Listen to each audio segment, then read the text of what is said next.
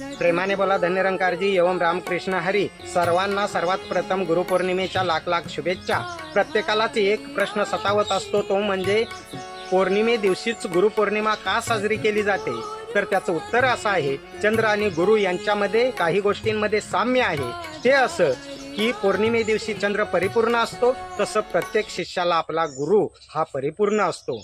Number 2, चंद्र हा संपूर्ण जगाला पौर्णिमे दिवशी अंधारातून प्रकाशाकडे नेत असतो, तसा गुरुसुद्धा प्रत्येक आपल्या शिष्याला अंधारातून प्रकाशाकडे नेत असतो. नंबर 3, चंद्र हा शीतलतेचं प्रतीक आहे. तद्वतच गुरुसुद्धा प्रेम, नम्रता, संशीलता, दया, करुणा, विशालतेने भरलेला असतो, म्हणजेच तो शीतलतेचं प्रतीक आहे. म्हणून जाता जाता एवढंच म्हणेन की उस चांद को गुरूर है क्योंकि उसके पास नूर है, मगर वो क्या जाने मेरा सतगुरु ही मेरा कोई नूर है, मेरा सतगुरु ही मेरा कोई नूर है, मेरा सतगुरु ही मेरा कोई नूर है. प्रेमाने बोला.